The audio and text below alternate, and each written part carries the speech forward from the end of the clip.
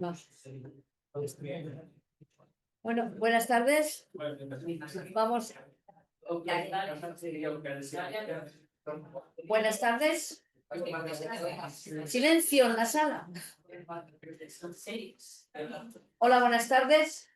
Vamos a empezar el acto de presentación del libro, el libro de la geología en el cine, que ha escrito Marc Martínez. Es el libro que presentamos que tiene una larga historia de la edición, ha sido un largo parto, pero estamos contentos del resultado, ¿no? Ha sido mucho más larga de lo que desearíamos por el proceso de edición, a veces pasa, con Salvador también nos pasó, pero la idea de este libro surgió de que Marc publicó en el Boletín Geológico y Minero, en un monográfico que habíamos hecho sobre la geología en el arte. Escribió un libro sobre la geología en el cine, un artículo que luego, como había compilado muchísima documentación, le fue dando forma que le salía un libro. Y nos propuso al Colegio de Geólogos si lo queríamos editar, dijimos que sí, pero el proceso, pues lamentablemente, ha sido más complejo de lo que pensábamos, ¿no? Y le damos las gracias desde luego a Nieves, pero sobre todo a Roberto, que ha hecho posible que finalmente pueda salir a la luz este libro, porque ha sido más complicado de lo que queríamos, ¿no? El libro lo vendemos hoy a 30 euros, o sea que os animamos a los que lo queráis adquirir. Marc, esperemos que os lo dedique y nada, esperemos que sea un éxito, ¿no? A Marc Martínez, los que estáis aquí presentes en la sala, muchos de vosotros, o todos lo conocemos, muchos porque, aparte, por una parte, porque es un colegiado desde siempre, desde que acabó. A su compañera Marga también es como colegiada, su hermano, o sea, forma parte de la gran familia del Colegio de Geólogos. Y ha sido vocal, ha colaborado siempre que les hemos solicitado con el colegio, ha sido profesor de la escuela, ha escrito muchos artículos sobre cine, sobre cómics y otras cosas en la revista, y desde luego ha colaborado con todo lo que nos ha dado una charla cuando vino cuando vino ahí el artista, ¿cómo se llama? José Sacristán, eso, y es muy divertida. Pero la verdad que le tenemos que dar las gracias. Pero bueno, lo que es ante todo Marc es hidrogeólogo, ¿no? Marc, para los que lo conocemos, tiene una peculiaridad principal, y es que él ve las cosas desde un punto de vista que los demás no vemos. Quizás un poco pesimista, pero desde luego tiene un fino humor, una ironía, una manera de mirar las cosas muy distintas. Y eso le ha permitido escribir este libro. Él ve las películas de otra manera, él ve las cosas de otra manera. Y entonces nos da una visión siempre un poco distinta de cómo miramos las cosas los demás. Y desde luego hay que reconocer su mirada irónica y su fino humor irónico, ¿no? Bueno, Marc nació en Manresa en el año 1966, es licenciado en Ciencias Geológicas por la Universidad de Barcelona, la misma que yo, no coincidimos casi, y es doctor por la Universidad Autónoma de Madrid en el año 2014. Ya hemos dicho que es hidrogeólogo y desarrolló su labor profesional desde un principio, desde que acabó la carrera, como becario en el Instituto Geológico, donde permaneció hasta el año 2011. Y se trasladó a la Confederación Hidrográfica, en la que estamos ahora, y bueno, está desarrollando todas sus tareas en no sé con qué cuenca. Desde el 1996 ha publicado muchos artículos sobre divulgación geológica en distintos aspectos, y es por eso que quizás su mirada ha intentado acercar la visión del cine o los cómics a la divulgación geológica para acercar la geología. Pero su pasión por el cine le ha llevado a que ha escrito pues, varios artículos en el boletín geológico. Aparte de este, ya había escrito otros sobre la geología en el cine, aparte del citado, y en Tierra y Tecnología. Además, que su pasión por el cine y estos artículos le llevaron a que le propusieran ser profesor de la asignatura Introducción a la Escenotecnia, dentro de la especialidad de Dirección Artística de la Escuela de Cinematografía y del Audiovisual de la Comunidad de Madrid, durante 5 años. Y después también, bueno, hemos dicho que dio conferencias en las tertulias del Geoforo. Una fue Escenarios Naturales en el Cine, el arte de la apariencia, junto a Félix Murcia, que fue Premio Nacional de Cinematografía en el año 1999. Y fue ponente también en el curso Geología Curiosa y Divertida, con una clase sobre geología y cine, de la Diputación de Toledo. Y también es ponente en el 6º seminario del Geoparque, Geología Curiosa y Divertida, en Ensobrarbe. el año 2013. Y bueno, y este es el libro que ahora el mismo autor nos va a explicar. Yo lo que os digo es que es un libro muy exhaustivo, y os digo que todos los rasgos geológicos, desde los paisajes que hay en el cine hasta personajes que son geólogos del cine, todos los aspectos que puede abarcar la geología. ¿Eh? Y el problema que ha tenido, desde luego, es que como el cine es un arte audiovisual, los problemas que hay de reproducción de imágenes, pues tienen un copyright y todo, y es difícil pues escribir un libro que quieres ilustrar y con que tengas los derechos de la imagen, y es esto es lo que nos ha complicado más la edición del libro. Y nada, y ahora le damos la voz a Marc para que nos cuente su visión del libro y nada más. Marc, tienes la palabra porque es hacia quien queremos oír.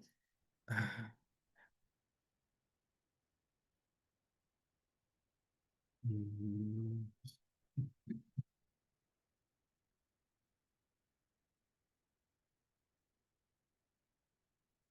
Un momentito que ya lo arranco esto.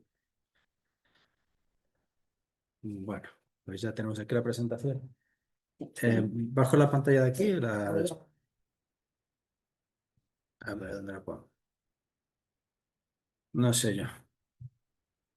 ¿Dónde se ve la pantalla esta pequeña? ¿En cualquier sitio? ¿Cómo lo ve la gente de online? Aquí, la pantalla la ven. No, la pequeña online no lo ve, solo Ah. lo ves tú. Entonces, si quieres, minimízala. Vale, perfecto. Bueno, pues nada, vamos a pasar a la presentación del libro.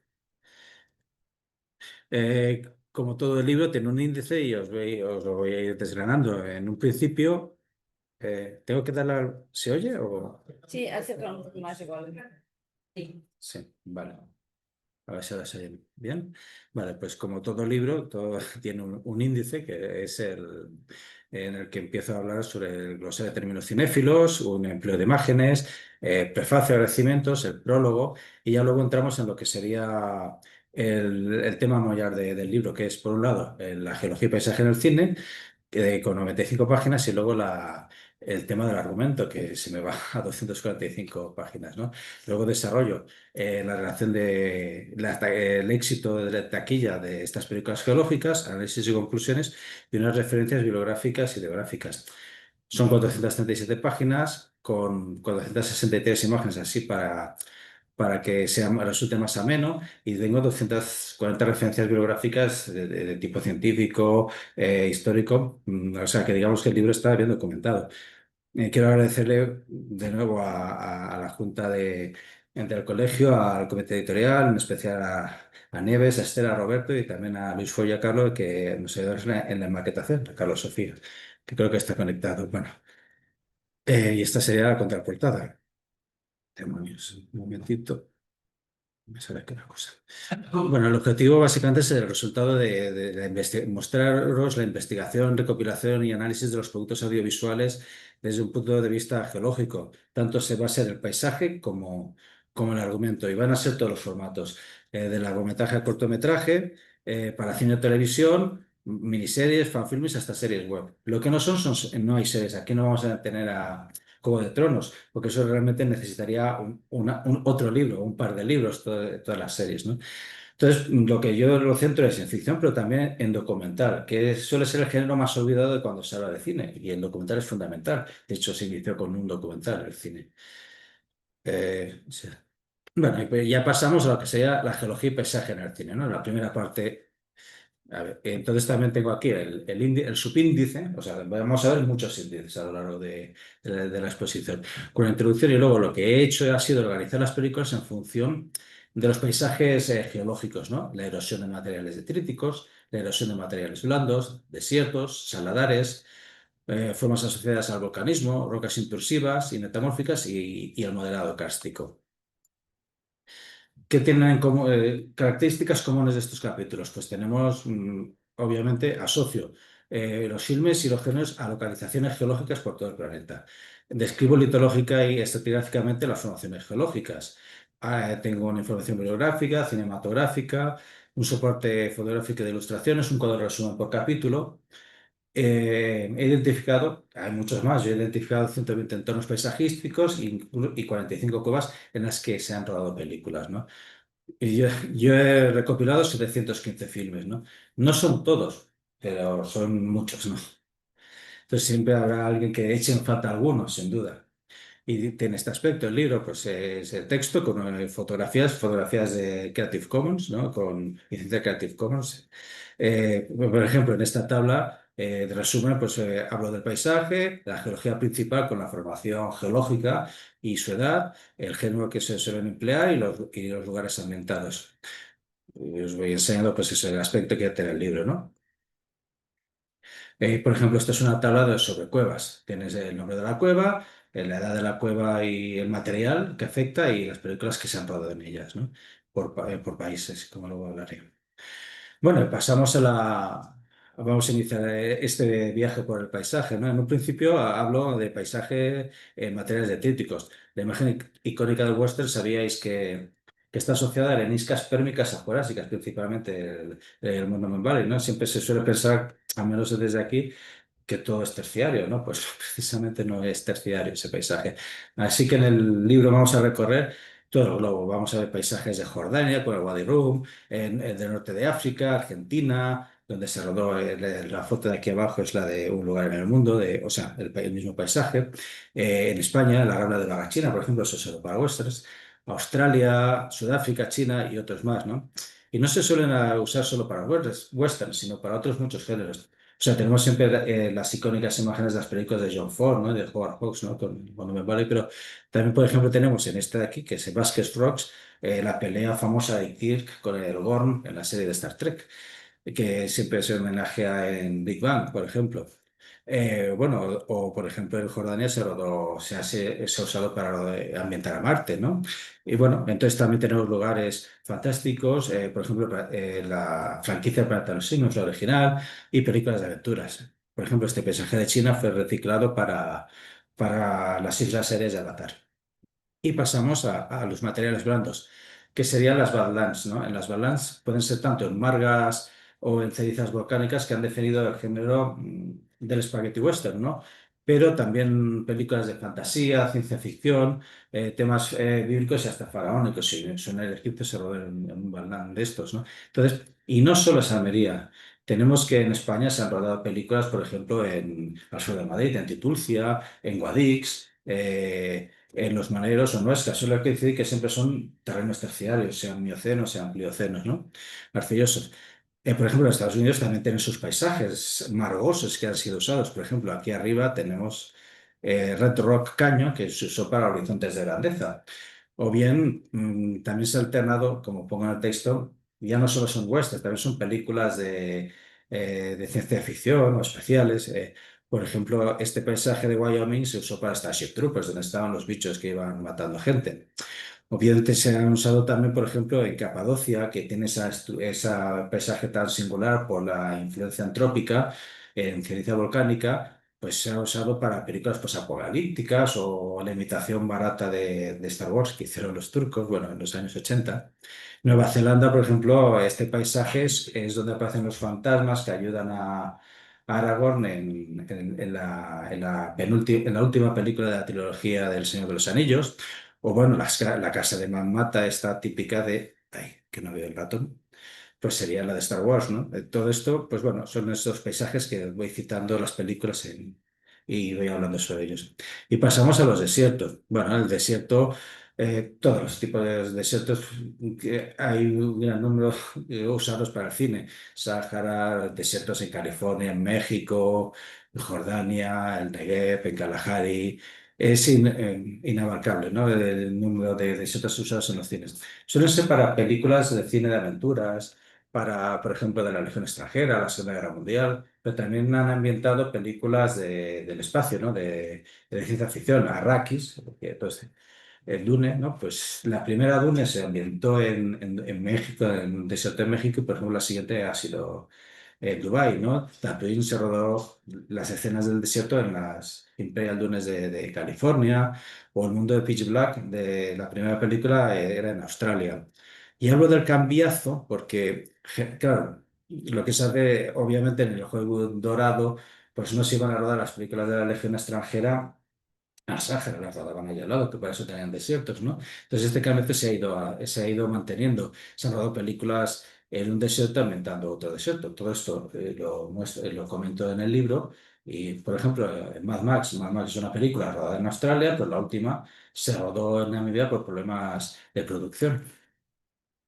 Y hablo del paisaje este también tan curioso de los saladares, que es un paisaje, esas llanuras medio salinas, en sitios endorreicos. Claro, en Estados Unidos los tienen bastante próximos, en lo que sea Nevada, California, Utah, hay hasta 11 que he localizado en los que se han rodado películas, ¿no? También el Salar de Uyuni en Bolivia, ¿no? También se ha empleado, por ejemplo, en una película española que se llama Blackthorn, que es espectacular su empleo del Salar, o bien en el episodio 8 de la Guerra de las Galaxias, la de los últimos Jedi, ¿no? Hay una batalla en este Salar. O sea, se han usado mucho para películas de ciencia ficción y pues apocalípticas. Incluso, por ejemplo, si los que tenéis una edad, la presentación del coche fantástico, pues cuando salía aquí, avanzando por una laguna de este estilo, por un salar, perdón. En cuanto al volcanismo, bueno, suelen ser morfologías que ambientan lugares inhóspitos, ¿no? Están agrupados yo las he agrupado por localización. Películas que se han rodado en Islandia, en Canarias, Nueva Zelanda, Hawái y en otros lugares del globo. Por ejemplo, la playa de Mosul, en donde se rodó la película, la tercera de Indiana Jones, en la que Sean Connery espanta las gaviotas, eso es la playa de Mosul. También en México, hay otra sierra volcánica que ha sido usada para películas. Suelen ser películas de fantasía prehistórica, en este caso, como hace 1 millón de años, de ciencia ficción, por ejemplo, Enemigo Mío, se rodó en Timanfaya, o posapocalípticas, o Oblivion, que se rodó en Islandia, que no sé, bueno, ahí mejor lo veo. Por ejemplo, este paisaje tan curioso se usa en las crónicas de Narnia, ¿no? Cenizas y yo creo que material nemrítico, o esta catarata, la de Tifós, apareció en Prometeus, ¿no? Claro. Y la laguna de los Clicos, aquí, por ejemplo, aparecía hace 1 millón de años, o como ejemplos. El uso de las rocas intrusivas es más curioso, ¿no? Porque yo creo que se asocia a la casualidad, porque tenemos a la proximidad de los centros de producción de las películas. Eh, el spaghetti western, aunque siempre se asocia a materiales disíferos, realmente se empezó a rodar también en los materiales próximos a Madrid, en los Berrocales, en lo que sea Colmenar Viejo y el Manzanares, La Pedriza. Entonces tenemos películas en las que alternan paisajes. Te aparece un personaje delante de un berrocal y luego delante de un material margoso, ¿no? Eh, lo mismo ocurrió en California. Hay un paraje que se llama Long Pine donde se rodaron un montón de películas de serie B, del oeste, con Randolph Scott. Y bueno, y hay más lugares que menciono. Por ejemplo, aquí os pongo una fotografía que sería donde rodaron los Australopithecus que aparecían en 2001. O bien también películas coloniales. Esa fotografía sería de un templo de Gungadin, ¿no? Rodeado de berrocales. O sea, se ha usado un poco para todo. El modelado cástico nos da bastante más juego, ¿no? También yo lo he diferenciado entre formas exocásticas y endocásticas. En el caso de las exocásticas, claro, tenemos, y los que conocéis las morfologías cásticas o habéis ido al Torcal de Antequera o la Ciudad Encantada, los callejones, los tormos, por ejemplo, los lapiaces. Un lapiaz famoso que es el de Markham Cove, creo que está en Gales, se usó para la penúltima película de Harry Potter, cuando los chicos han escapado y están desesperados y están sobre este lapiaz. Bueno, por ejemplo, tenemos cosas curiosas como que las películas del oeste alemanas, que creo que las llaman Chukrut Westerns, por ejemplo, se rodaron en Croacia sobre Poljes, ¿no? Entonces, bueno, ahí veis la foto, pues aquí imaginaros indios y la síndrome de Canillería persiguiéndose, ¿no? Todos rubios. Luego, claro, tenemos dinosaurios en Cuenca, porque en la Ciudad Encantada no solo se rodó Conan, se rodó también pequeño clásico que es el Valle de Wangi, o Sinatra matando nazis en el Caminito del Rey. Y bueno, también James Bond aprovecha estos paisajes tan interesantes pues, para ambientar sus películas que siempre gozan de una paisajística seleccionada, ¿no? Incluso a rodar varias veces en estos paisajes del sureste asiático tan curiosos que forman lo que llaman Fenkong y Ferlín, asociados al agua y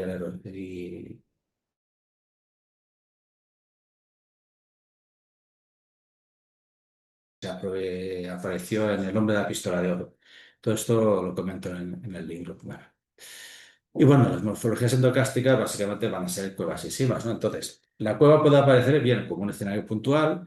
Si os acordáis la escena de El Verdugo cuando está en la cueva del Drac, la mujer, el verdugo aspirante, y le viene a buscar la Guardia Civil para llevársela a ejecutar a alguien, pues bueno, ahí tenemos un hecho, aparece puntualmente, ¿no? O bien puede ser el lugar de protagonismo, ¿no? Un protagonista más porque es el lugar donde ocurre todo, ¿no? Yo he localizado 45 cuevas de 15 países distintos en las que aparecen 85 filmes. Seguro que hay más. Y bueno, la gracia de las cuevas, pues es que son lugares peligrosos, donde hay bichos de todo tipo, tienes caníbales, especies desconocidas, lemurianos, bacterias letales, vamos, que yo no me dedicaría a la espeleología viendo las películas. También tienes acceso a un mundo interior e inframundo, o también pueden ser lugares donde esconder riquezas, la cueva de MacDougall de Tom Sawyer, hablaremos de Tom Sawyer, o la guarida de Batman. No. Y luego una cueva muy curiosa que son las cuevas Bronson, que pues yo creo que es el escenario que más se ha rodado. Está cerca de Los Ángeles, pues yo qué sé, tendrá 500 películas. Y no son unas cuevas realmente, son unas explotaciones mineras en que han quedado dos especies de túneles y ahí se han rodado un montón de películas. Así que una de las conoces, las identificas rápidamente. Realmente son de serie B, pero bueno, de todo tipo, desde el cine mudo. Y ya pasamos, perdón, es que esto...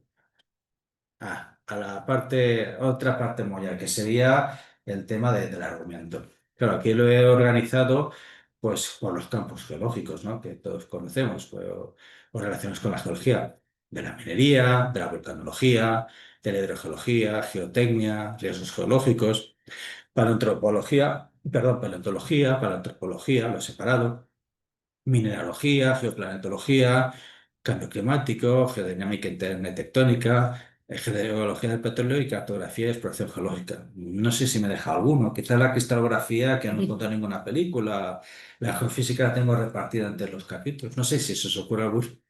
Yo más o menos lo he repartido todo, ¿no? Entonces, bueno, no sé si voy muy rápido, queréis que Sí, sí, más... más despacio. Vale. Características comunes de los capítulos. Bueno, pues todos estos capítulos, digamos, los he organizado pues hablando con referencias históricas, por ejemplo, en el caso de las ciudades del oro o de las huelgas, que hablaré a continuación, aspectos técnicos, sociales, todo esto con referencias bibliográficas, ¿no? Hablo mucho del soporte literario de los principales autores, que básicamente va a ser Julio Verne, que es un geólogo honorífico porque vamos, tiene un montón de novelas y con tema geológico. Mm, Abordo toda la cinematografía mundial, o sea, desde el típico Hollywood clásico a películas rumanas sobre el petróleo. Aquí veréis de todo, o sea, yo he buscado por todas las películas, yo creo que Uzbekistán, creo que tengo alguna. También hablo de los entornos antrópicos, por ejemplo, el uso de minas o de canteras en las películas. Hablo también de las técnicas cinematográficas que son bastante importantes para tener esa visión de cómo se ve la geología en el cine. Y luego, pues eso, pues lo que os he comentado, información bibliográfica, cinematográfica, ilustraciones, más o menos unas 2100 películas que salen. Obviamente no van a ser todas en detalle. Yo voy contando y os voy agrupando según el texto que lo desarrollo. De este aspecto, pues aprovechamos lo mismo, imágenes de Creative Commons con derecho de, o sea, que se pueden emplear en este aspecto. Algunas imágenes generadas con inteligencia artificial.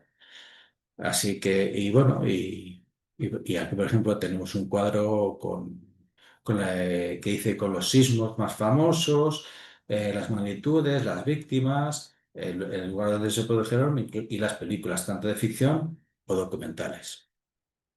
Y ya entrando, como vamos de tiempo, ya entrando en materia sobre campos, bueno, pues la minería. Veréis esto en el cuadrito que os pongo a la izquierda, es el subíndice que tiene cada uno. No voy a entrar a describirlo todo, solo algunos apartados, ¿no? De la minería, yo he localizado unas 400 producciones, ¿no? Por ejemplo, en el caso de la minería del carbón, se trata siempre de películas de explotación laboral, explotación infantil, con huelgas, con sufrimiento, generalmente ambientadas en Europa, de finales del siglo XIX y principios del XX. También hablo, por ejemplo, Que verde es mi valle, con Roddy McDowall empujando la carretilla.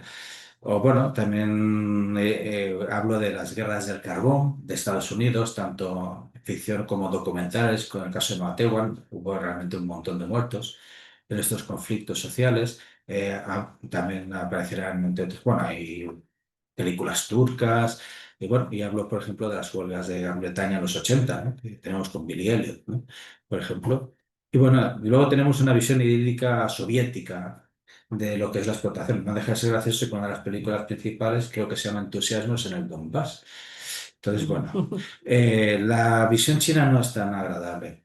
Luego os comento películas de cine español, que hay también una cierta tradición, por ejemplo, Las aguas bajas negras o Marianela.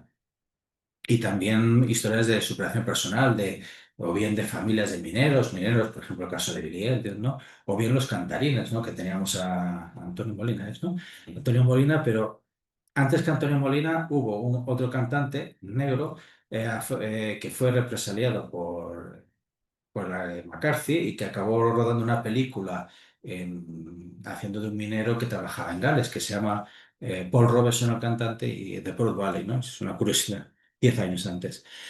Bueno, ¿y cómo se ve la minería del oro? Pues todo lo contrario, aquí es aventura, engaño, violencia, son fiebres del oro. He clasificado las películas por distintas fiebres del oro, las de California, las dos que hubo de Alaska. Es muy distinto el tratamiento de California que el de Klondike, ¿no? Y otras menos conocidas, el Amazonas, si os acordáis con los garimpeiros, pues también hay documentales que menciono. También hay otros lugares de búsqueda, como México, Sudáfrica. Se habla del Tesoro de Sierra Madre, que es un clásico. Entonces también veremos ese mundo tan autárquico y anárquico que eran las ciudades efímeras de los mineros, que conocemos de la leyenda de la ciudad sin nombre o de Duelo en la Alta Sierra. Y empleo el apoyo literario de algunos escritores que vivieron esa fiebre del oro y que sus novelas fueron adaptadas, como Jack London o Rex Beach. También Thackeray no es que fuese un minero, pero escribía sobre novelas con minas, como el McGuffin, ¿no? Bueno, pues ese sería el apoyo literario. Y ya puesto, no solo va a ser oro. Si ya te empiezas a buscar, encuentras películas en las que puede ser el McGuffin, Minas de Plata, The Thing. Cada una tiene su propia idiosincrasia. Por ejemplo, en el caso del tungsteno, hay películas españolas, alguna película española por el tema de la Segunda Guerra Mundial, ¿no? De la venta a los nazis, ¿no? Veremos, pues sí, como veréis, hay una variedad curiosa de menas. Bueno, también hablo de los accidentes y desastres mineros. Generalmente se basan estas películas en hechos reales. Se habla desde la película de 1972, Camaradería, que fue como los mineros alemanes y franceses colaboraron para rescatar gente en la catástrofe de Courrières en 1906. A los 33 que quedaron atrapados en Chile, que pongo ahí una foto de cuando los rescatan. Y también en cuanto a la minería y medio ambiente, hablo de películas que hablan de la minería hidráulica. Incluso ya en 1930 ya había alguien que hablaba de sus efectos nocivos, ¿no? Aunque quizás la imagen más famosa que tenemos es la de Jinete Pálido, ¿no? También aparecerán varios documentales por ejemplo, con el uso de denuncia, con el uso del mercurio en el Amazonas, o bien con el tema del agua procedente del carbón, de las explotaciones de carbón y los ríos, ¿no?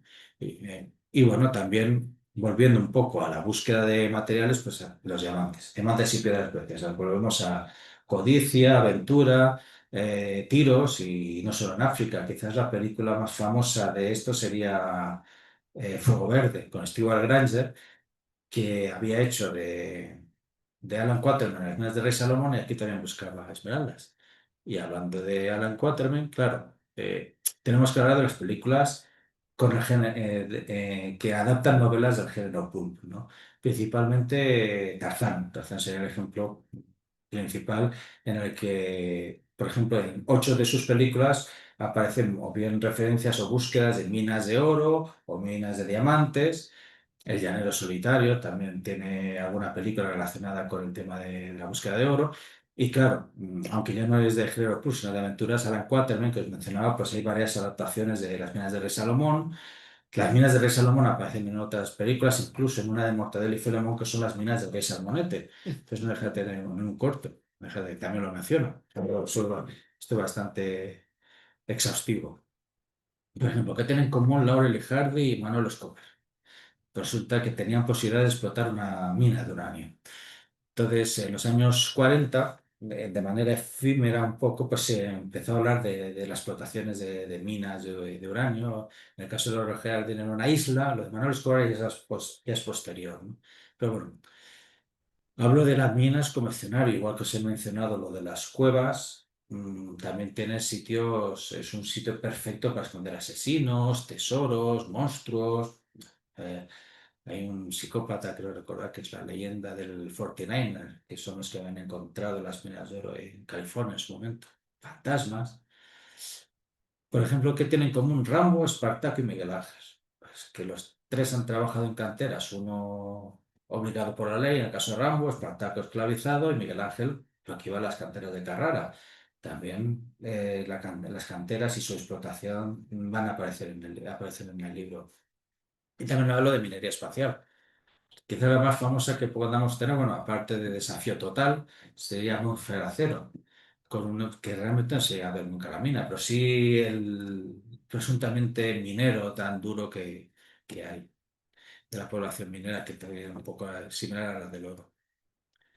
Y ya paso a otro campo, sería de la vulcanología. Aquí he visto unas 175 producciones. ¿Voy más lento o cómo No, no, vamos? no vas muy ¿Muy rápido. bien? ¿Eh? Hablas muy rápido. Vale. ¿Cómo vamos de tiempo? Bien. Es decir, como lo he intentado encajar en el tiempo que tenía, por eso voy un Claro. poco en Bueno, plan machine. pero tampoco es eso. Vamos a ver, vamos a ir más lentito. Vale. Volcanología. Principalmente, el género documental tiene gran importancia. Harun Tazier, por ejemplo, es un volcanólogo francés que en 1967 incluso fue nominado al Oscar, tiene Les Rendezvous de Diable. No sé si lo he dicho muy bien el francés. Bueno. Y Maurice y Katia Kraft fueron dos vulcanólogos que rodaron documentales, murieron haciendo lo que más les gustaba en una erupción y les dedicaron una película que es Fire of Love, que se estrenó recientemente.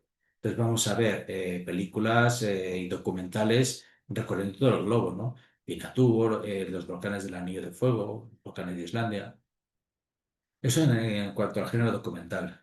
En cuanto a lo que sean los volcanes en la ficción, digamos que serían, tenés películas basadas en erupciones reales, que vamos a tirar siempre de Krakatoa, de 1883, con la leyenda de que se equivocaron en el título, bueno, que es cierto que se equivocaron en el título, con la erupción del Monte Santa Elena en 1980, o bien películas históricas como sería la erupción de Vesubio que sepultó Pompeya. No deja de ser gracioso que ahí entroncó con el género Peplum y había tantas películas que incluso Herculano tuvo su momento de película, porque Herculano fue la hermana fea de esta catástrofe, pero pues también tiene película. Y luego, claro, tenemos los volcanes en la ficción, las erupciones que sean inventadas, que siempre están asociadas al cine catastrófico, ¿no? Quizás la más famosa para mí era la de El Diablo a las 4, de esa isla que iba a reventar y que tenían que rescatar a unos huérfanos y bueno, tenían que llegar al sitio de evacuación. Pero la que más que recordamos quizás es la dupla de el pueblo de ahí llamado Dante's Peak y Volcano, ¿no? Que se hicieron el mismo año, en los años 90, casi pisándose los talones y que generaron multitud de imitaciones, series B, películas para televisión, todas estas salen en el libro. Claro, gracias a que se desarrollaron unos CGIs, esa lava tan maravillosa que bajaba a toda velocidad por las calles de Los Ángeles, creo recordar, y tenemos en estas películas volcanes por todos sitios, había volcanes en Miami, volcanes en Nueva York. Luego hablo, por ejemplo, de la difícil vida en el entorno volcánico, ¿no? En el entorno de los volcanes con unos documentales y una curiosidad que sería la guerra de los volcanes, que no fue una guerra, fue en el tema del cine neorrealista italiano. Anna Magnani y Roberto Rossellini se pelearon por protagonizar Stromboli. Y bueno, como fue Ingrid Bergman que lo protagonizó, al final Anna Magnani produjo Volcano. Entonces es una curiosidad, porque salieron prácticamente el mismo año. Son películas sobre gente que vive en esos entornos volcánicos. Y claro, tengo que hablar de erupciones asociadas y volcanes a origen literario, ¿no? Julio Verne, no puede faltar. Hay 4 novelas más o menos que habla de volcanes, seguro que hay más, ahora sí, alguna más hay, de las cuales 2 son activos, que serían Los hijos del Capitán Grant, que se hizo película de Disney, y la que más se ha adaptado es La Isla Misteriosa, que hay hasta 7 adaptaciones muy creativas y muy alejadas de la base literaria, pero bueno. Y ya hablando de películas, también hago una referencia al volcanismo en la mitología, bien la Grecia clásica, o bien en el caso de esas películas que veíamos, El sacrificio femenino a la diosa Pelé, que no es un futbolista en, en Hawái. Las películas estas de los años 30 y 40, que Ave del Paraíso quizás es la más famosa, ¿no? Que al final la chica saltaba en la caldera, el sacrificio. Y pasamos a hidrogeología. Bueno, aquí vemos unas 140 producciones, lo mismo el subíndice. Hablo primero de películas sobre los problemas de la posesión del agua, los conflictos, la guerra del agua, documentales y ficción. Es gracioso que haya un documental y una película de serie Z que se llaman ambas Water Wars, ¿no? Sobre la sequía. También hay una película del cine novo brasileiro sobre el Sartao. Eh, por ejemplo, quizás la película más famosa de esto de pegarse por el agua sería Hasta que llegó su hora, en la que masacran a una familia por la posesión de un pozo. Es gracioso que si hubiesen sido un poco hidrogeólogos, pues a lo mejor hacías un pozo un poquito más allá y no tenías que matar a nadie. Bueno, eso no entraba en el guión. Y hablamos también hablo de la contaminación de recursos subterráneos. La contaminación es muy variada, tienes de todo, química, orgánica, biológica y seguro que alguna cosa más que he puesto. Esta señora de aquí es la Erin Brockovich de verdad, que tiene un aire muy a Julia Roberts, realmente hizo un buen casting. Bueno, y también hablo de los balnearios. En el caso de los balnearios siempre ves ahí sociedades pudientes, un cierto clasismo, ¿no? Salvo que cojas el corto de Charlotte. Charlotte en el balneario en el que añade alcohol a la fuente y acaban montando una orgía. Es un corto fascinante y muy divertido. Y bueno, y también hablo de Japón. Japón tiene una gran cultura con el tema hidrotermal, los onsen, ¿no? Llega tanto que incluso han hecho un manga, que luego hicieron un anime live action que se llama Termas Romanas, sobre un ingeniero en la época de los romanos, que le pide al emperador que haga una terma maravillosa y viaja en el tiempo hacia el Japón contemporáneo. Entonces todo eso. Y llegaron a hacer hasta 2 partes. Y es muy divertida.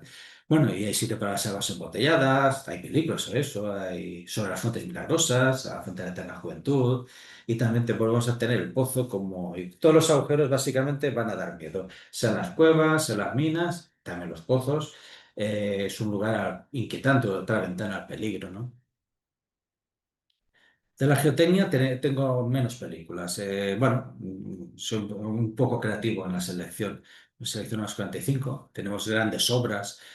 Por ejemplo, el Eurotúnel, pues realmente se excavó en 1907 de la mano de George Méliès, que ya soñó, uno de sus personajes soñaba con esa perforación.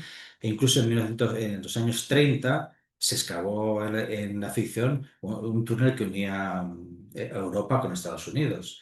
Incluso en los años 50 y 60 pues había una película sobre la invasión de los chinos a través de un túnel que habían perforado por el Pacífico a Estados Unidos. De hecho, es muy gracioso porque cuando se empezaba la película con un señor poniendo el oído en el suelo diciendo, no lo oís, no lo oís, es que están ahí.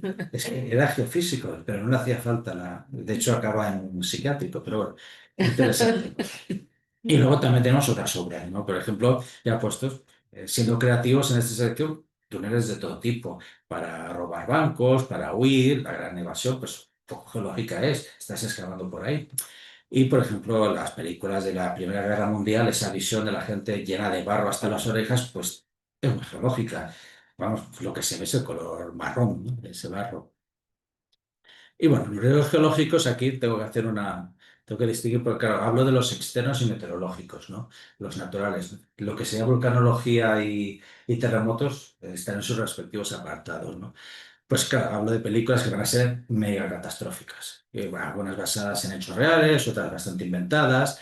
Tendremos deslizamientos, hundimientos, inundaciones por lluvia, por ríos, inundaciones por roturas de presas, incluso derrames de lodos, incendios de minas. Hay una famosa que es la de Centralia, que creo que lleva 40 años ardiendo y no han conseguido apagar y han tenido que abandonar la ciudad. Incluso avalanchas, ¿no? Entonces, por ejemplo, la película de La Ola es una película noruega, es un díptico, porque luego el señor se encuentra con un terremoto en Oslo, o sea, lo tiene todo completo. Y bueno, aquí lo que te cuentan es cómo se desliza la ladera de un fiordo y genera un gran tsunami. Esas cosas se han pasado, se pasó en Groenlandia, no hubo víctimas, pero o sea, no se pasan en hechos reales, pues sí que ocurre. The Johnstone Flood, que creo que ganó un Oscar, creo recordar, pues se basa en esta inundación por la rotura de una presa, creo que la presa de South Fork en Los Ángeles, o por ahí, 2000 personas murieron. Bueno, y luego también ya puestos, pues hay los riesgos inducidos por el ser humano y que influyen en la geología, la contaminación de suelos, las aguas superficiales que al final se infiltran y acaban en las subterráneas. Ahí vamos a tener también temas de residuos tóxicos. Claro, los residuos tóxicos, pues lo que mola en este caso son la serie Z. Empiezas a tener mutantes, monstruos, gente variopinta que se van comiendo los unos a los otros. No sé, mutantes en la universidad, de una película de la productora Troma de los 90. Bueno, tenemos también desechos radioactivos, hay también de esa película, de ese tipo, o documentales como Atomic Homefront, que habla sobre qué ocurre con los desechos del Álamo, ¿no? Y vertidos de petróleo, del Exxon Valdez, del Prestige. Incluso hablo de la desecación de madera y de algunas películas que lo comentan, ¿no? Unas 150 películas sobre el tema. Y bueno, pasamos a quizás la estrella de la geología, ¿no? Que sería la paleontología, es la más rentable. Pues bueno, es uno de los escaparates principales. Todos sabemos el furor que causan los dinosaurios. Los niños tienen pijamas con dinosaurios, comes galletas con dinosaurios y te encanta.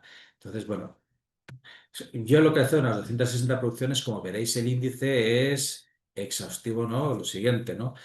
Bueno, en un principio empiezo a hablar de que sería la importancia de las técnicas cinematográficas, ¿no? Porque esa visión que tenemos nosotros de los dinosaurios, bueno, ya viene de cuando se dibujaron en el siglo XIX, que esos artistas, que también los menciono, crearon esos cromos que comprábamos de los chocolates Torras, que tenían ahí dinosaurios, vida y color, creo recordar, alguna cosa de estas. Bueno, todo eso ha ido generando esa imagen. Entonces, los stop motion del cine mudo con El mundo perdido. Entonces, hablo de esas técnicas, hasta de los stop motion, pasamos a los objetivos macro y los animales disfrazados y al CGI de Parque Jurásico. Los principales artistas como Willis O'Brien, que fue el que hizo El mundo perdido, o King Kong y los tiranosáuridos el tiranosaurio que aparece allí, Karel Zeman, que es un artista checoslovaco bastante importante sobre este tema. Eiji Tsurubaya, que es el que creó la técnica se llama Sweet Machine, que básicamente es el señor desvestido de Godzilla, ¿no? Ese traje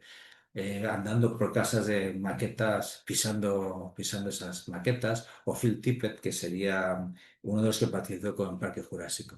Bueno, y ya luego entrando, ¿cómo he clasificado las películas? Pues aunque hablo de dinosaurios, siempre añado y otros animales, porque vamos a tener todo tipo de animales, no solo dinosaurios, que serán el 95%. Hay películas en las que vemos a los animales en su propia época.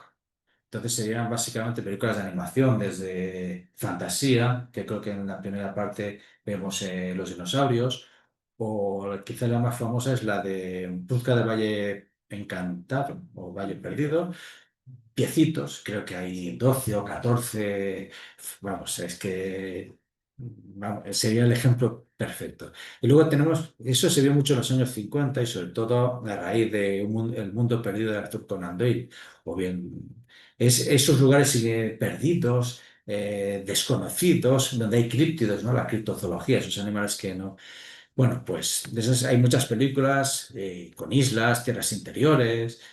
Skull Island es la isla de King Kong, pues ahí tienes dinosaurios y bichos variados. Bueno, de esas películas se hicieron mucho en los 50 de serie B, principalmente. Y luego tenemos esos críptidos, algunos que ya tienen la fama creada, como Nessie. Hay varias películas de Nessie o similares. Sobre el Mokele Bembe, que es un mini brontosaurio que puedes encontrar en África. O el Megalodón, que no es un dinosaurio, pero bueno, este se ha puesto de moda últimamente para alegrar la vida a los bañistas en verano. Y claro, y ya en los 90 encontraron el filón de, bueno, no hace falta viajar a un lugar extraño, lo creamos en un laboratorio, lo soltamos por las ciudades y nos sale un poquito más barato la ambientación. Y fue pues Parque Jurásico. Entonces, a partir del Parque Jurásico y la recreación maravillosa de esos CGIs con los brontosaurios por ahí paseándose, pues se generan una miriada de películas, generalmente serie B a Z. Yo creo que hace unas 24, hay jurásicas, incluso hay triásicas. Entonces añadir alguna cosa que acabe en Nico y con eso seguro que se vende o al menos la ves o pinchas en algún canal. Tenemos la franquicia rica, que sería Parque Jurásico, y la franquicia pobre, que sería Carnosaurios. Es curioso porque las dos se basan en novelas. La novela de Carnosaurios fue publicada anteriormente a la de Parque Jurásico, pero no tuvo tanta fama. También era un poco menos científica, ¿no? Pero digamos que la fama se la llevó Michael Crichton, que creó pues eso, un clásico. Y también tenemos, más propio de los años 50, la creación de dinosaurios y animales revividos por una explosión, un meteorito, una bomba atómica, que están ahí durmiendo en algún lado o en una cavidad también, no sé, viendo la tele y de pronto, pues, se liberan y empiezan a pisotear gente. Pues es el caso de Gorgo, ¿no? Que se en la costa de Irlanda y acaba pisoteando a la población en Londres. Bueno, y también tenemos cuando, aunque sea los viajes en el tiempo, no películas ambientadas, sino que el viajero de alguna manera interacciona, ¿no? Quizás el principal viajero del tiempo es Doraemon y su bolsillo mágico. No sé si conocéis al personaje japonés. Bueno, está continuamente viajando en el tiempo para arreglar algo que ha hecho el pesado de Novita. Bueno, pues, y luego también hablo de las películas con el efecto mariposa, el que viajas en el pasado, haces algo y cambia el futuro. Y luego también, claro, los documentales. A partir de Parque Jurásico, con esos CGIs que empezaron a ser baratos y accesibles, pues empezaron a hacer una demanda de que quiero saber más de los dinosaurios, ¿no? Bueno, pues entonces se empezaron a hacer documentales y series de televisión como Caminando entre dinosaurios, ambientando la vida de los dinosaurios con una voz en off de David Attenborough o de alguno de estos, en plan, pues eso, un documental naturalista. Bueno, al final vemos todo tipo de dinosaurios de todas las épocas, hasta la extinción y más allá. Y también hablo de dinosaurios de otros planetas. En un principio estaba asociado a la serie B, pero a partir del Parque Jurásico, pues empiezas a titular películas como Jurassic Galaxy, cosas que no dejan de ser gracioso, porque el Jurásico no es de un planeta por ahí perdido en quién sabe dónde. Bueno, y ya puesto rizando el rizo, ¿y si no hubiese caído el meteorito? ¿Y si se hubiese abierto un agujero por el cual se hubiesen escapado los dinosaurios y hubiesen evolucionado en una dimensión paralela? Pues ahí tenemos Dino, Dino Rex, una de las películas espeluznante con Whoopi Goldberg, o, o quizás la del viaje de Arlo, que es mucho más bonita, o en el caso de la dimensión paralela, el caso de Super Mario Bros., una película que no es recomendable, pero bueno, se quiere que Super Mario Bros. Del 80 y pico, no la animada.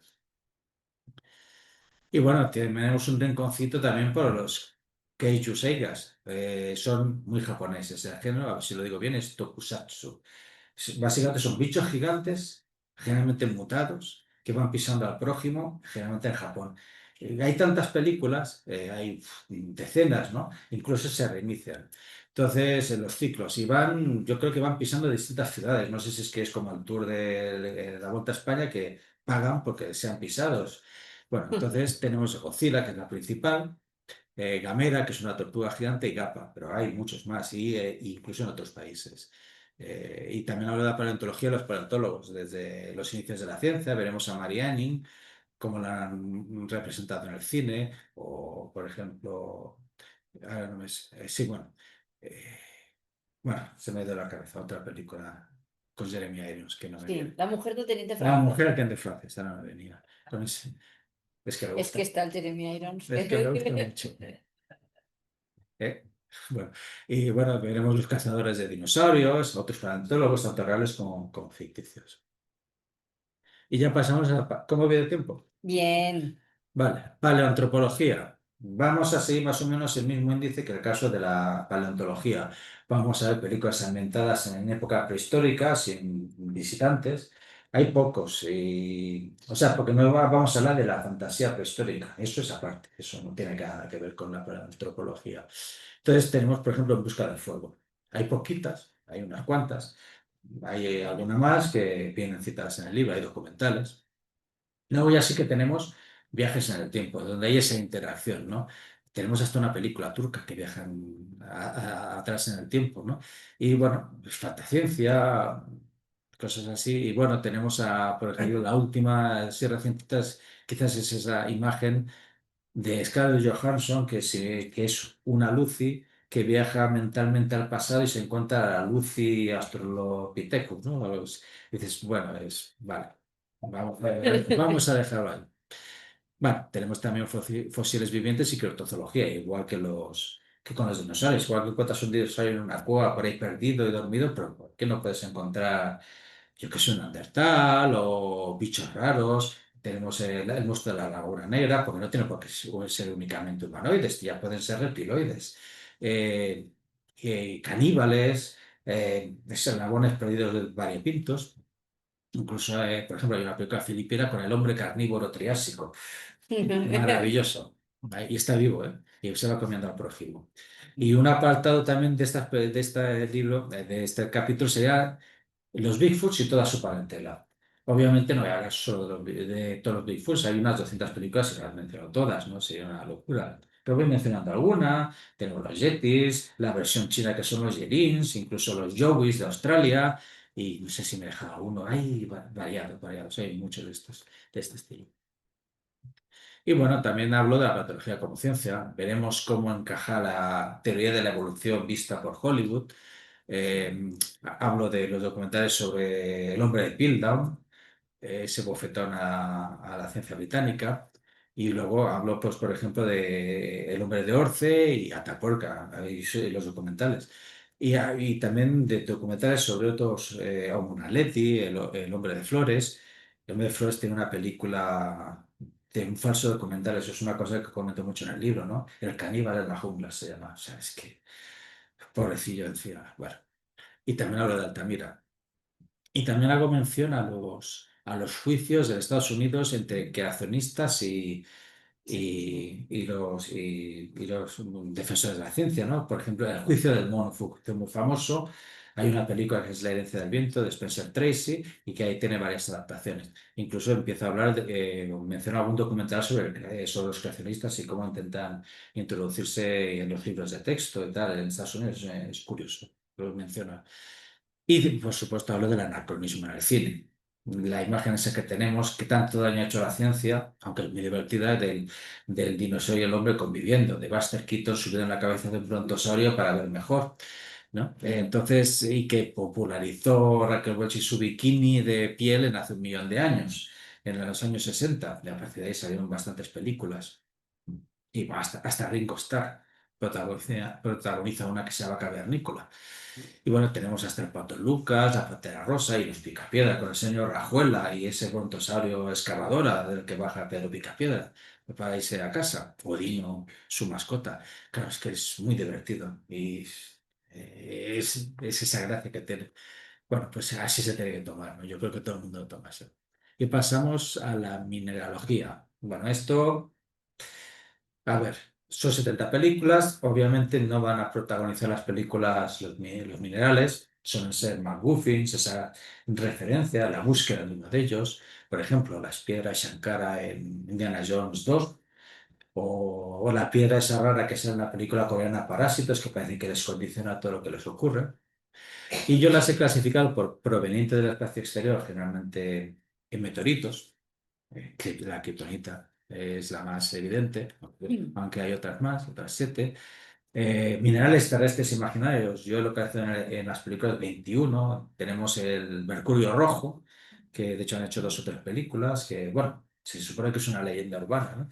Y bueno, y hay otros tan ridículos como la Polimanganita Cuaternaria, una película mexicana muy graciosa, que además viajan hacia atrás en el tiempo para buscarlo, porque lo necesitan para encender esa máquina, que justo han viajado con ella hacia atrás en el tiempo. Deja de ser curioso.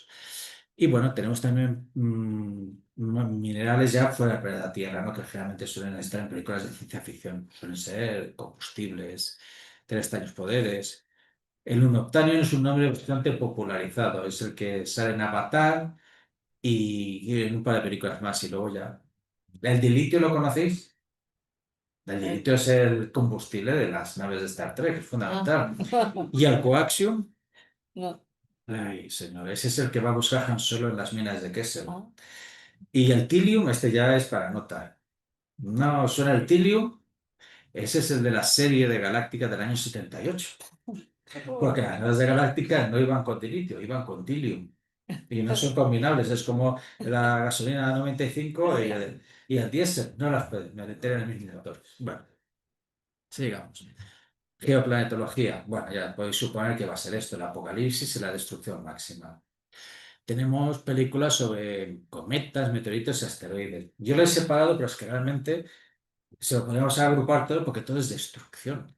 Puede ser global y que no queda nada del planeta Tierra, o bueno, un continente, una ciudad, depende un poco así, ¿no? Entonces, tenemos películas como El fin del mundo, bueno, y luego también tenemos el detalle de que pueden transportar microorganismos, con lo cual descubrimos que la panspermia realmente es muy mala. Porque tienes desde ese bicho que sale en la película de Blob de un meteorito y empieza a comerse gente, ese bicho del Plan de Loop, o los vampiros que viajan en el cometa Halley en una nave y bajan a la Tierra a chupar a todo el mundo la sangre.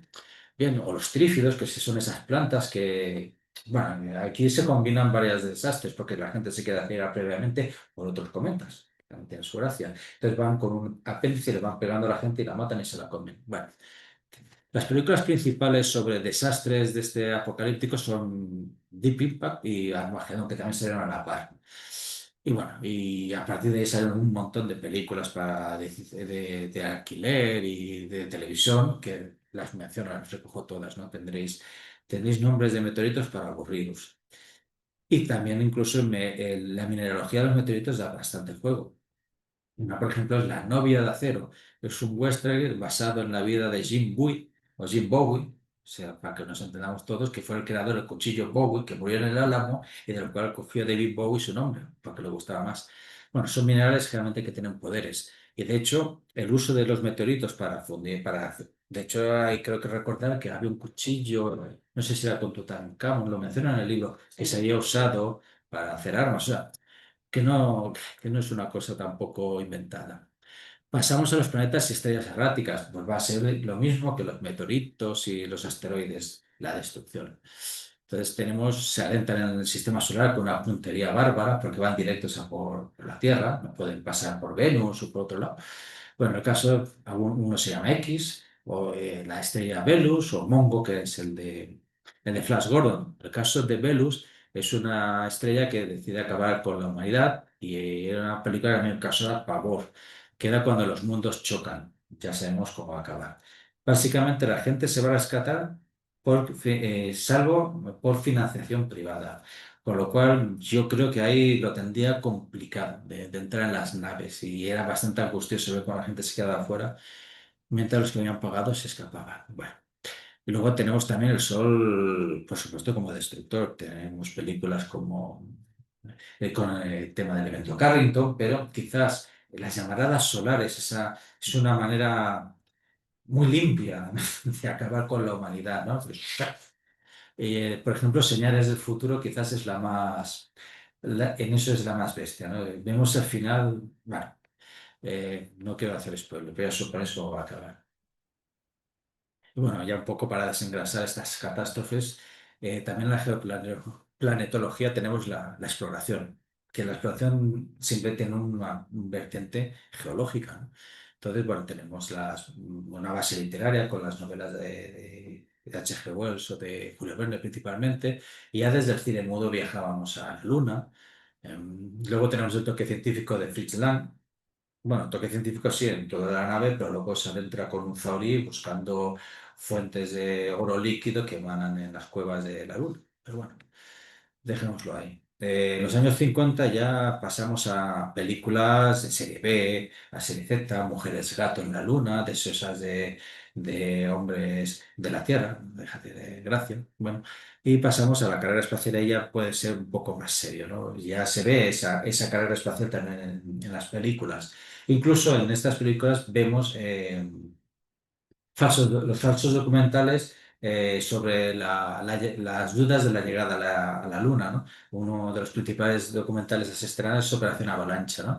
También hablamos de otras misiones secretas, de otros Apolos, que no sé si es el 17 o el 18, el último pues del último hubo otra, que desgraciadamente encuentran vida alienígena en la Luna y acaba con ellos. Y también tenemos, ay, No es sé, que he ido para atrás, a ver, vale, y también tenemos la exploración de Marte. Esta exploración de Marte empieza, curiosamente, con una película danesa, El viaje a Marte, en la que los marcianos son señores con túnica, bueno, no tan alejado de crónicas marcianas. Y ya luego los 50-60, lo mismo que con la Luna, vamos a encontrar civilizaciones agonizantes, ruinas, ¿no? Pero con un tono rosa. Hay una película muy graciosa, ah, ahora no me acuerdo del nombre, en la que llegan los humanos, empiezan a ver bichos, empiezan a matarlos todos y resulta que al final los expulsan por ser demasiado salvajes y no tener nivel para llegar, para salir del planeta, ¿no? Es una curiosa crítica. Y ya en el siglo XXI empezamos a ver películas, o finales de los 90, principios del XXI, una exploración presuntamente más realista, ¿no? Tenemos Misión a Marte de Brian De Palma, o El Marciano con Matt Damon, ¿no? Rodada en el Wadi Rum de Jordania. Siempre algunas tienen un componente fantástico, ¿no? Por eso las pirámides de Egipto, que son otras pirámides y esas historias. Y por supuesto exploramos también Venus, otros lugares del sistema solar, ¿no? Y más allá. ¿Cómo voy de tiempo? Ya me acabo. Que vaya acabando, pues ahora me queda un reto. A ver. Cambio climático, más de 100 filmes. Generalmente suelen ser de documentales. Al Gore tuvo el petardazo, digamos, a nivel del éxito en 2006. Por ejemplo, podéis ver que a partir de 2006 aquí se hacían 6 películas, a partir de ahí se empezaron a hacer películas sobre el tema del cambio climático. Se apuntaron famosos del cine. DiCaprio empezó a producir varias películas, hasta Alanis Morissette, ¿no? Aparecieron también periodistas profesionales, David Attenborough. La de Al Gore tuvo éxito, o sea, un par de Oscars, creo recordar, al menos la canción y no sé si otro, o el de documental también. Tuvo secuela y hasta una parodia, ¿no? Documental, una parodia documental. ¿Cómo son los documentales? Suelen estar alineados con el planteamiento científico. No obstante, yo menciono esos y menciono algunos escépticos. El gran timo del cambio climático, ese es muy gracioso. Tenemos búsqueda de causantes, consecuencias y algo y más optimistas de soluciones. Entonces, en documental. Puede ser desde el punto de vista global o puede ser regional, la gente de las Maldivas o de Tuvalu, hay documentales sobre ello, ¿no? Y sobre los refugiados climáticos. ¿Cómo son las películas de de ficción? Básicamente son pues, apocalípticas, ¿no? La principal es Waterworld, ¿no? Con con la disolución, la fusión de los cascos, de los casquetes. También no tenemos por qué ser nosotros los culpables. Hay películas en las que se especula con que sean los alienígenas que están terraformando la Tierra y son los culpables. Es interesante. Y incluso a pequeña escala tenemos cómo afecta ese deshielo liberando bacterias, bichejos en películas de terror. Pero dinámica interna, vamos a ir acabando. Bueno, aquí básicamente también son bastantes películas, 260, ¿no? Es el viaje por el interior de la Tierra, con las películas, principalmente Viaje al centro de la Tierra, la novela de Julio Verne, varias veces adaptada, pero veremos otras películas basadas o no basadas en novelas, e incluso el núcleo, ¿no? Y luego ya pasamos a los desastres apocalípticos para comprender un poco el interior de la Tierra. Yo hablo de 3 películas. Diluvio de luz del 33. Es curioso porque yo no recuerdo que llueva. Entonces, básicamente, se hunde todo porque hay miles de terremotos en todos los continentes y ¡pum! Hay un tsunami que arrasa en Nueva York. Curiosa la película. Luego es posapocalíptica, ¿no? Que se pelean por la gente, estas historias. Hacia el fin del mundo, que creo que recordar que se rodó en España, es el resultado de un experimento fallido que intentan investigar el centro de la Tierra y acaban extrayendo una nueva luna, ¿no? Entonces, y el hundimiento del Japón se aprovechó que se acaba en los años 60, a mediados de los 60, salió la teoría de la tectónica de placas, pues bueno, y la fosa de Japón. Entonces hablan de que si la zona de subducción se traga a Japón en un año, y lo que ocurre. Ya en los años 2000 volvemos a tener películas de este estilo, aprovechando los CGIs, con la destrucción de Norteamérica, bien con megafallas que atraviesan el continente, que desgajan Canadá o desgajan California. Y además ya luego con la profecía maya, pues también surgieron aún más películas catastróficas. Quizás la 2012 es la más graciosa. En cuanto a los terremotos, pues que yo he organizado las películas las he clasificado bien por terremotos históricos reales y los documentales, ¿no? He localizado 32 sismos en 20 países, de los cuales surgieron 82 películas de ficción y documentales. Hablo del terremoto de San Francisco, con 9 películas, al terremoto de Fukushima, con 11. Hablo de Lo Imposible, también, que es una película española muy interesante sobre el tsunami del día de antes de Navidad, creo recordar. Pero bueno, viajamos por Armenia, China, Haití, y incluso ahí son películas que recogen más de 1,5 millones de víctimas, ¿no? Y luego tenemos las películas terremotos ficticios de origen natural, bien sean generalmente por ejemplo, Los Ángeles es un sitio que no sé, le han cogido cariño porque ambienta 9 películas de terremotos más luego lo de los volcanes. O sea que no sé si vale la pena vivir allí. Entonces, pero no solo aquí, sino en Nueva York también tenemos terremotos y la película principal más famosa es Terremoto del 74, que además tenía la gracia que generaba terremotos cuando la gente la veía por el sensor round, que empezó a Así. caer fragmentos de techo, no es que matasen a nadie, pero eh, tenía ese valor añadido, ¿no? Y luego es que el terremoto duraba 8 con 10 minutos, o sea, es que al final te iba a caer algo. Bueno, y también tenemos películas sobre maremotos, por ejemplo, hay una película coreana que se llama Hyundai, sobre, bueno, pues os podéis imaginar lo que pasa, ¿no? Sismos legendarios, asociados a los míticos como la Atlántida, que generalmente para cada una película lo que hacías era que las rasas son terremotos. Esa sociedad. Y terremotos artificiales, ya sea por el fracking, o ya bien por supervillanos, o científicos algo torpes, ¿no? Y pasamos a la geología del petróleo. Uf, la geología del petróleo nos muestra una gente, son 120 películas, suele ser gente bastante ruda, violenta, muy codiciosa, pero también son muy esforzados y arriesgados. En algunas películas los llaman los oil sharks, ¿no? Entonces, yo las he agrupado por los campos petroleros. Hay muchas películas ambientadas en Texas, pero también en México, en Oriente Próximo, en Rumanía. Hay varias producciones rumanas, pues, y argentinas hay varias también. Y algunas más. Veréis aquí el gráfico que esto sale en el libro con el número de películas, ¿no? Por ejemplo, hay 49 ambientadas en Estados Unidos. Hablo de las tres, yo creo que son principales sobre este género, el petróleo que sería gigante, con la escena icónica de James Dean.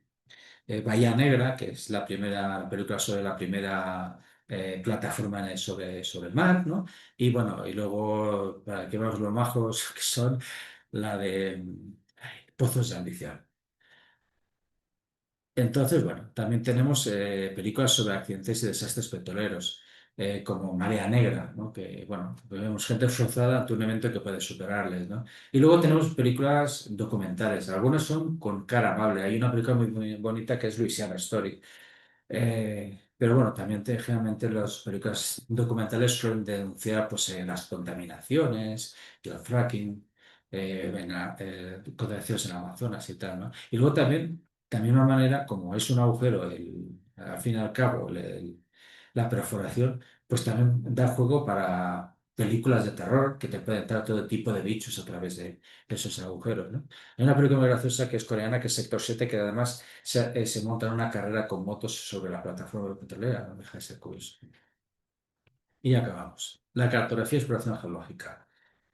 A ver, todas las expediciones de los años del siglo XIX y principios del XX generalmente eran multidisciplinares con bastante gente y que solían contar con geólogos o con gente que hacía de geóloga, ¿no? Y de minera, ¿no? A la búsqueda de recursos y al conocimiento científico. Entonces, yo he recogido las películas sobre la expedición de Darwin, sobre los grandes exploradores de la Antártida, sobre la carrera al Polo Norte, Vemos a Grant Nansen y también creo que fue Peary, era el que se llevó el meteorito que tenían los esquimales, y de ahí sacaban el hierro. No sé si era Peary o otro, bueno, tiene su gracia la historia. Luego conoceremos la Norteamérica inexplorada con Lewis y Clark, y bueno, y con el fundador de USGS, o el primer presidente, también estuvo implicado en una expedición. Y otros lugares, por ejemplo, Siberia, la película de Suzala, al fin y al cabo se basa en hechos reales. Son películas basadas en hechos reales, ¿no? Entonces, bueno, hay alguna de ficción, pero prácticamente las que menciono son o bien documentales o bien películas basadas en hechos reales. Y bueno, gracias por la atención.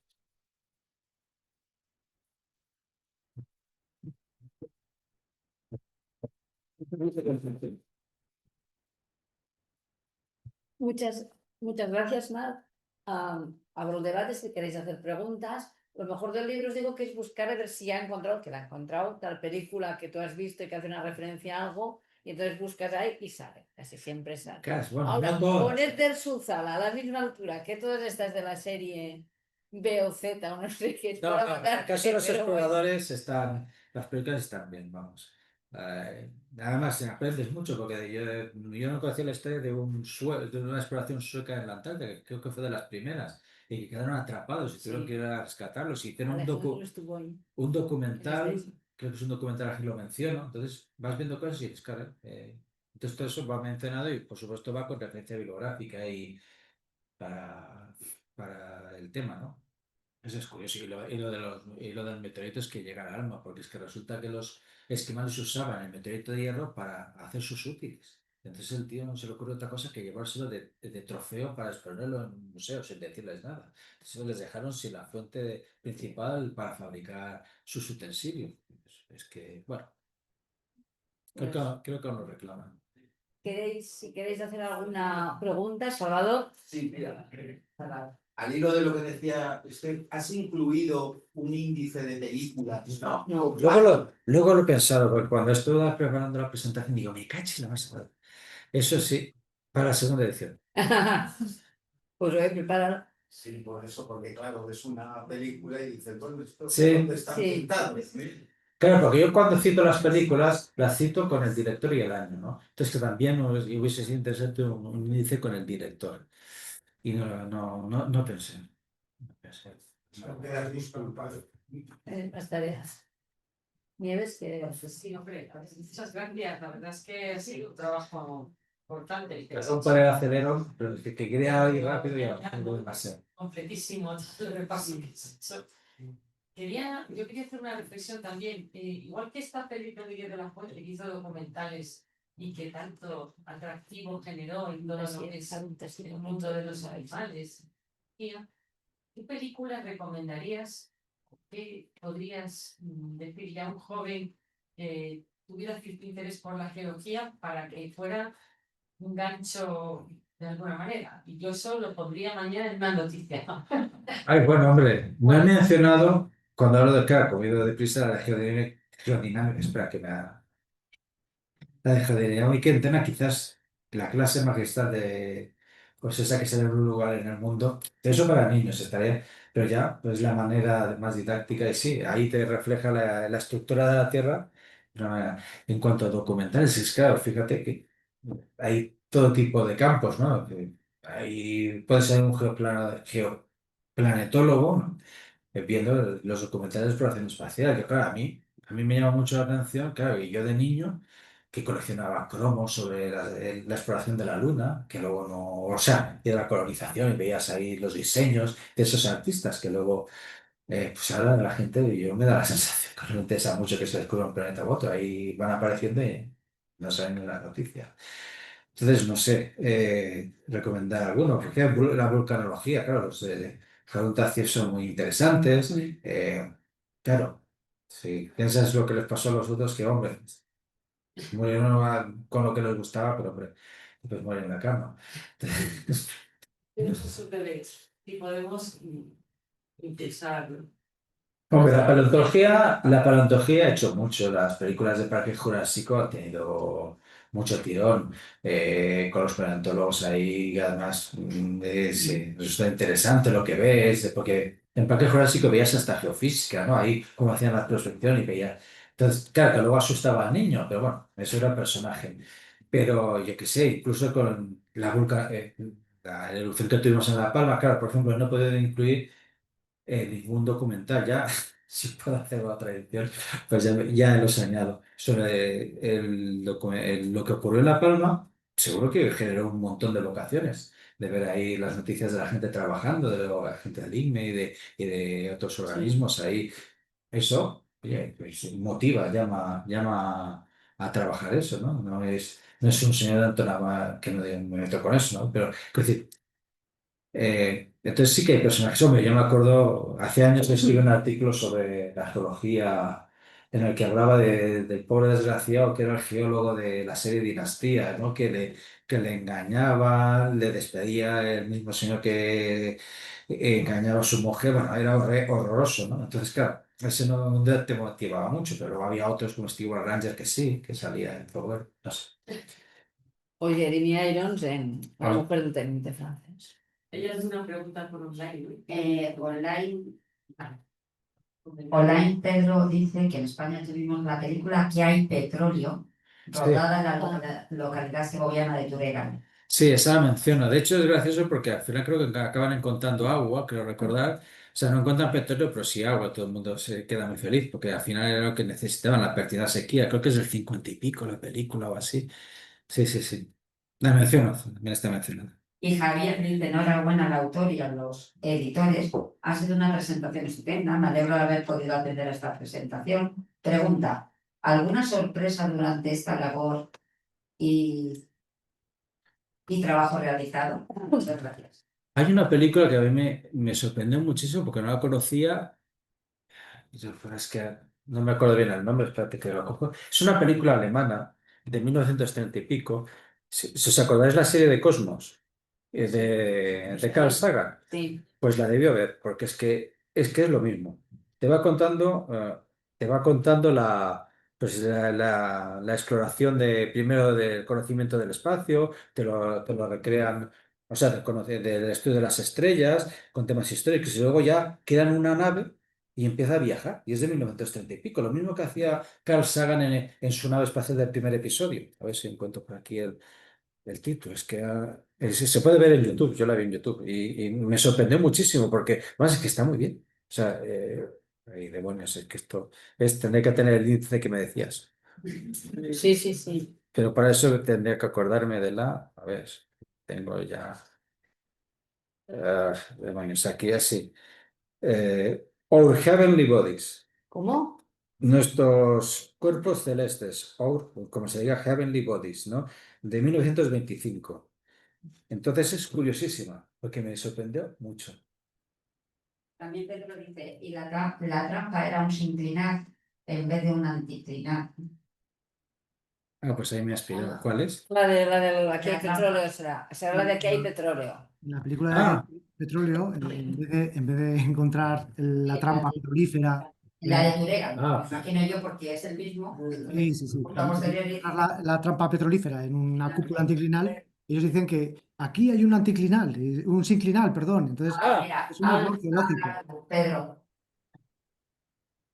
habla. Leandro dice que en Enseñanzas de las Ciencias de la Tierra hay varios artículos. Uno interesante es de 2011 sobre uso didáctico de las películas de catástrofes geológicas. Autores David Brusi, Pedro Alfaro y Marta. ¿cómo? La Architect dice que hay varios artículos. Sí, yo ya os he dicho que cito ciento y pico y posiblemente se lo cito. Cito un montón y libros, a ver, libros de dinosaurios hay un montón y libros y los que he usado los he mencionado, claro. No. Y el juicio del mono que él ha citado y que en Tierra de Tecnología, bueno, no sé, Queiroz nos escribió un artículo también como recomendación de los debates que hubo sobre la aceptación de las teorías evolucionistas. Sí. Hay un documental, por ejemplo, muy curioso también sobre el ruido de los dinosaurios. O sea, es que hay muchas cosas. Cuando empiezas a investigar, empiezas a encontrar mucho. Sí, obviamente va a quedar mucho, pero hay muchas cosas que también están citadas y yo las referencio. Todo lo que he usado está referenciado. Yo ahí no, vamos, Es que hay un montón de bibliografía. Es que creo que tengo 20 o 30 páginas de bibliografía. Que, bueno. Entonces, ¿Alguien tiene alguna? ¿Roberto? Sí, yo quería, como comentábamos, por una película así que dijera vocaciones, yo también una que creo que es muy interesante en ese sentido es Dance Fiction, porque sí. el protagonista, además es un actor como Pierce Brosnan, que ha sido es un geólogo del Servicio Geológico Americano, que despliega todos sus aparatos por ahí para medir todo y encima se liga al alcalde de San Pueblo. O sea, que yo creo que es una película. A mí me dijeron en California que esa película, uno de los que había planeado la película era el Servicio Americano, porque querían, digamos, hacer propaganda de lo que hacen. Es que realmente la película está, o sea, todas estas películas tienen científicos detrás. Otra cosa es que luego estén contentos de cómo salga, pero en este caso usan geofísica, o sea, una serie. Esta está bastante bien. Sí, por eso. Por ejemplo, yo que sé, la que decías desde 2002, plantea una cosa absurda, ¿no? Invento la falla de San Andrés y de repente volcanes en medio de los anchos, ¿vale? No sé qué. Pero esta está bien, o sea, esta está basada en un tipo de tipo volcán en la zona volcánica en el norte de California y tal. Y digamos, lo que hace el Servicio Geológico Americano cuando hay una catástrofe, que van allí un equipo. Sí, esa está muy bien. Yo creo que allí en Estados Unidos, desde luego, la vendían como una película, digamos, para promocionar a los geólogos, por decirlo de alguna forma. Claro, es que Y yo no sé si la habéis visto mucho, pero yo, vamos, ya que el protagonista sea un geólogo y que además es un actor, digamos, reconocido y tal. sí. Porque... Y tiene el tema de los precursores. O sea, es una película que se ha documentado. Lo que pasa es que, claro, tenemos que pensar que las películas tienen que tener una parte de espectáculo y una parte, o sea, vale, no te va a salir un dinosaurio, eso de la fantasía prehistórica, pues eso ya sabemos que es fantasía. Cuando haces estas películas, pues claro, por un lado la documentas bien o intentas documentarla bien y bueno, eso está bien, pero luego le metes cosas de blockbuster, ¿no? Que también tiene que entretener a la gente. El 4x4 pasando por encima de la colada y que no explote y que esas cosas, pero es que eso son cosas que se tienen que conceder, no tenemos que ser tan mirados. Yo creo que está bien, o sea, se tiene que convivir. Claro, es eso, se tiene que convivir. La gracia es que se hagan geólogos, que se hable de la ciencia, que veas metodologías, ahí se ven metodologías y que te llame la atención. Entonces, bueno, todo son concesiones que se hacen, está bien. Un lugar en el mundo que ya la premiamos nosotros. Sí, lo que es una película. Está muy bien asesorada porque el hermano del director era geólogo. Digamos, local, es decir, Bueno. encima y tal. Quiero decir que esta es una película global. Ya. Recaudó Sí. millones y millones de Claro, dólares. La veis en todo el planeta. Son dimensiones distintas. el apartado de taquilla, bueno, se me ha quedado un poco desfasadito en el sentido, pero por ejemplo, comento los principales campos geológicos el que más se ha recaudado es la paleontología.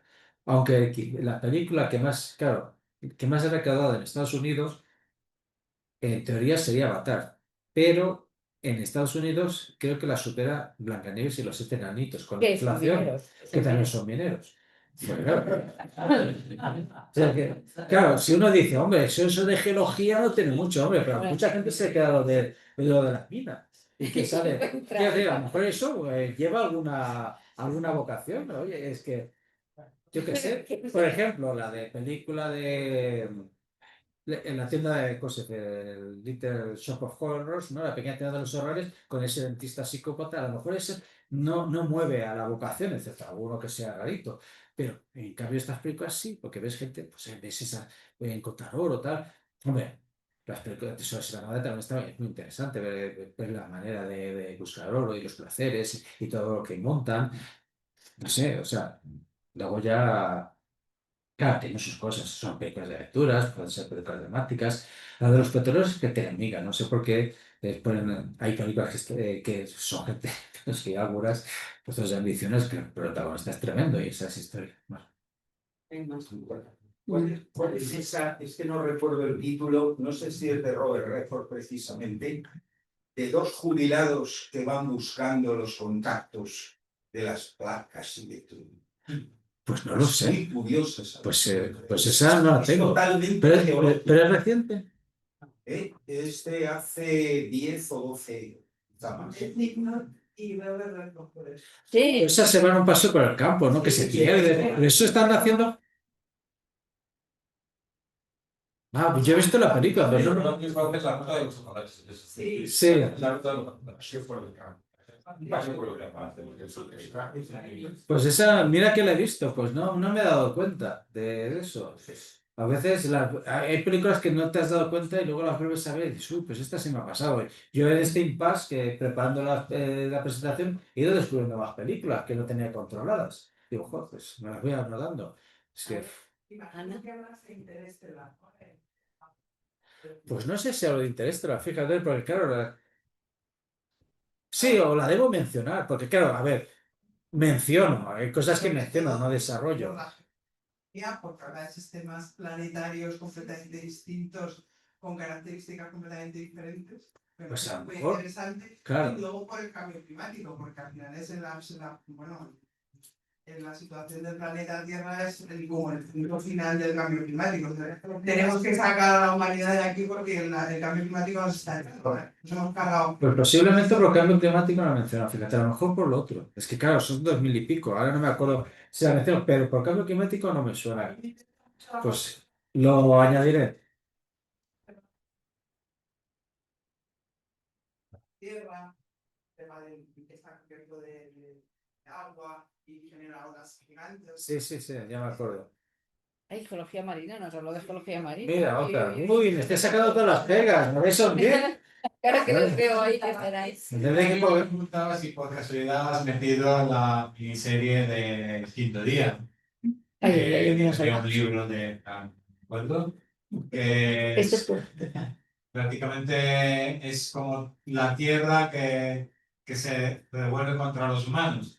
Empieza con la caída del lateral de La Palma, de la isla de La Palma, que genera un tsunami, y luego lo mismo pasa en Sí, Noruega. esa serie, sí, de noruegos en La Palma. Sí, pero esta es reciente, ¿no? Sí. Esta la he visto, pero ya Oye, no la pude meter. Sí que he metido los documentales sobre el tema este del deslizamiento que puede generar el mega tsunami, Pero también déjate estar.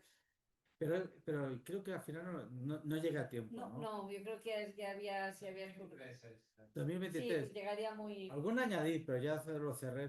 Alguna añadía, pero.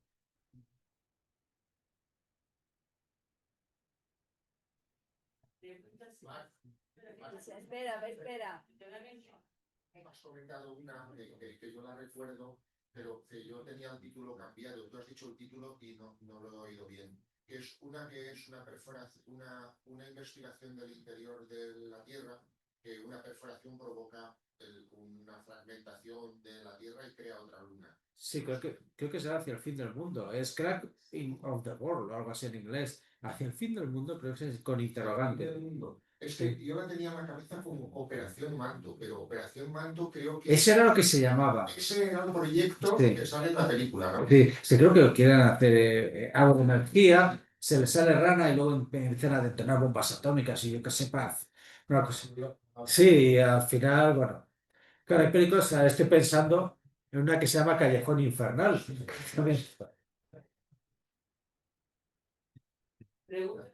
Si alguien quiere participar, No hay más. No, todos felicitan por...